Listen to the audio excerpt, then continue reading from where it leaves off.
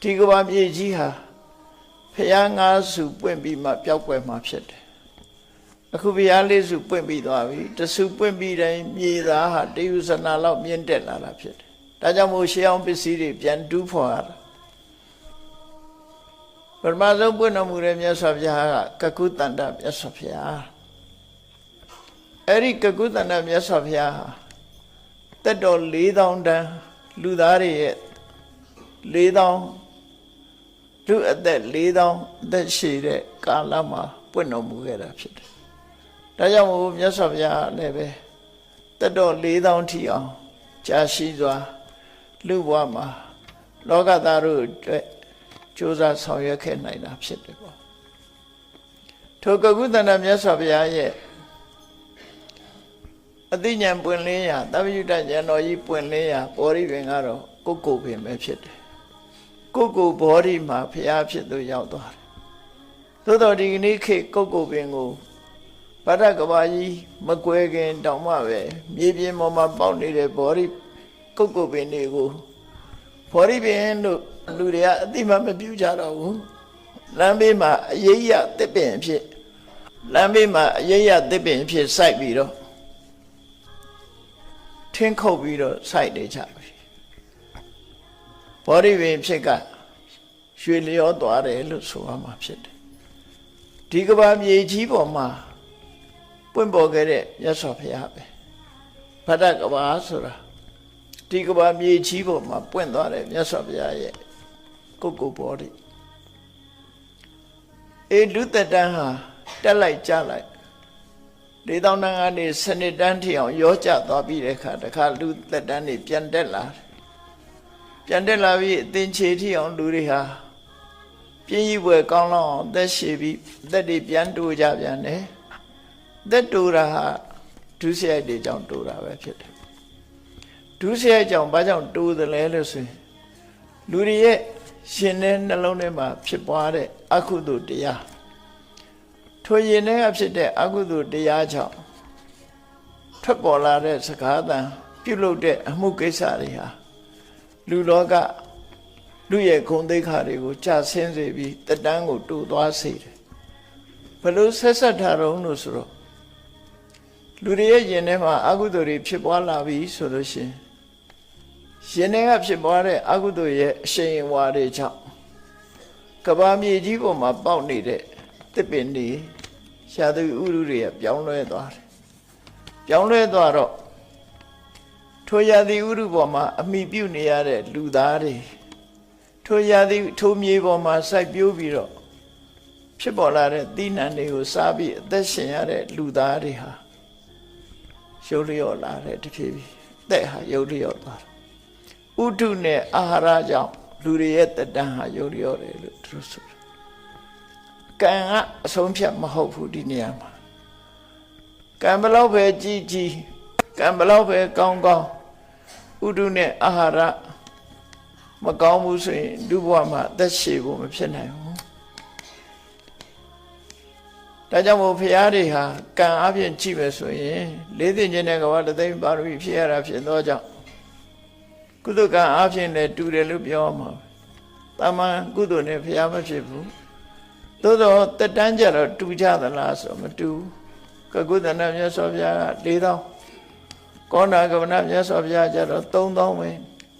ကသဝမြတ်စွာဘုရားကျတော့2000ပဲဂေါရမမြတ်စွာဘုရားကျတော့တရားရမ်းမို့80ပဲနေရတယ်ဟောတက်တန်းတွေကဒီလိုကွာအဲ့တက်တန်းတွေကကန္တုယတန်းနဲ့ဘာကြောင့်ကွာရတော့ဆိုရင်ဥဒုနာဘောဇနေနာအာယုဟာယတိပိဝဋ္ဌတိပိအဖြေကအဲ့ဒါလူတွေရဲ့ရင်ထဲမှာဖြစ်ပွားလာတဲ့အကုသိုလ်တရားတွေရဲ့အရှိန်အဝါကြောင့်ရှားသိဥရုတွေညံ့လာတယ်အာဟာရတွေညံ့လာတယ်လူရဲ့အသက်ဟာဥဒုအာဟာရပေါ်မှာမှီပြီးတော့သက်ရှင်ရတာဖြစ်တယ်ဒါကြောင့်မို့ဒီဥဒုနဲ့အာဟာရဟာအနှစ်4000ထိအောင်မထိန်နိုင်ဘူးအနှစ်3000ထိအောင်မထိန်နိုင်ဘူးကောရမမြတ်စွာဘုရားလက်ထက်ရောက်တဲ့အခါ2000ပြည့်အောင်1000ပြည့်အောင်မထိန်နိုင်တော့ဘူးအသက်120 160ဆိုတာအလွန်ဆုံးအဲ့ဒီခေတ်ကလူတွေဟာတက်တန်းတိုးသွားကြတယ်ဖရာချင်းတူရတဲ့နဲ့ တတန်းခုလို့ကွဲပြားသွားတာဟာဥဒုနဲ့အာဟာရပဲလို့သူဆိုတယ်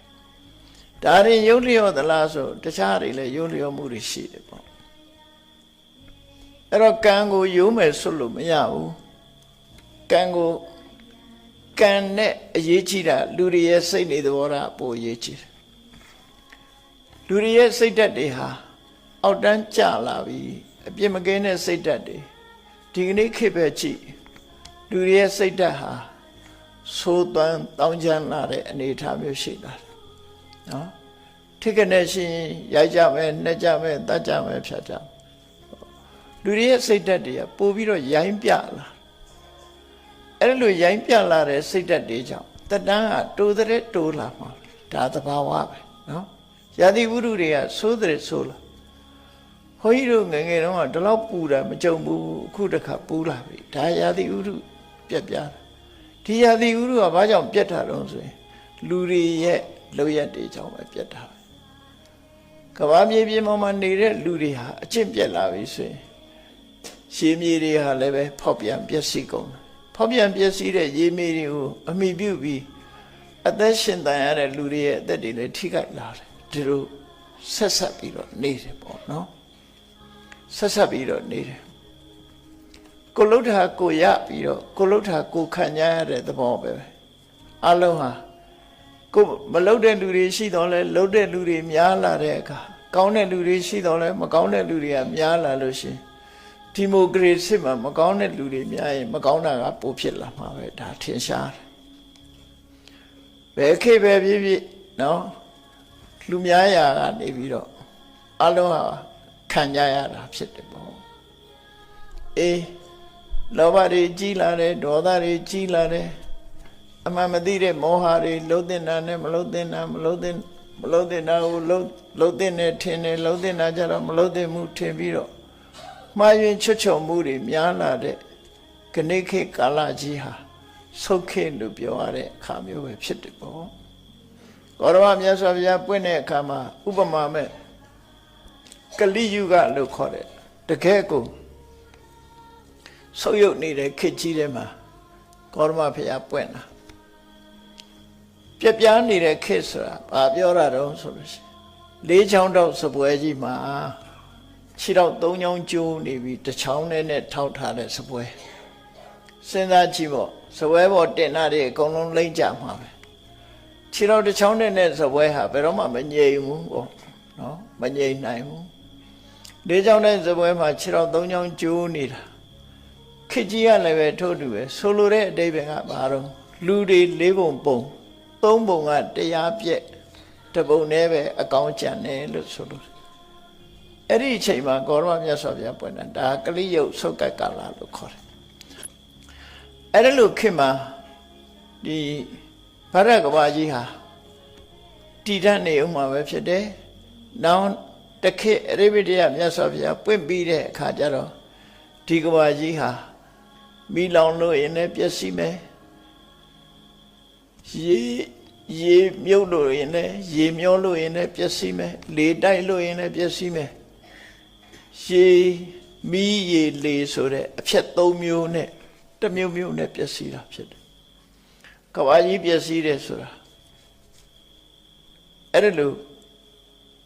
လူတွေသာထိခိုက်ပြီးတော့ကဘာကြီးကတော့မပျက်စီးသေးဘူးဒီအရိမတေယမြတ်စွာဘုရားပွင့်ပြီးမှကဘာကြီးကဆုပ်ယုပ်ပြီးပျက်စီးမှဖြစ်တယ်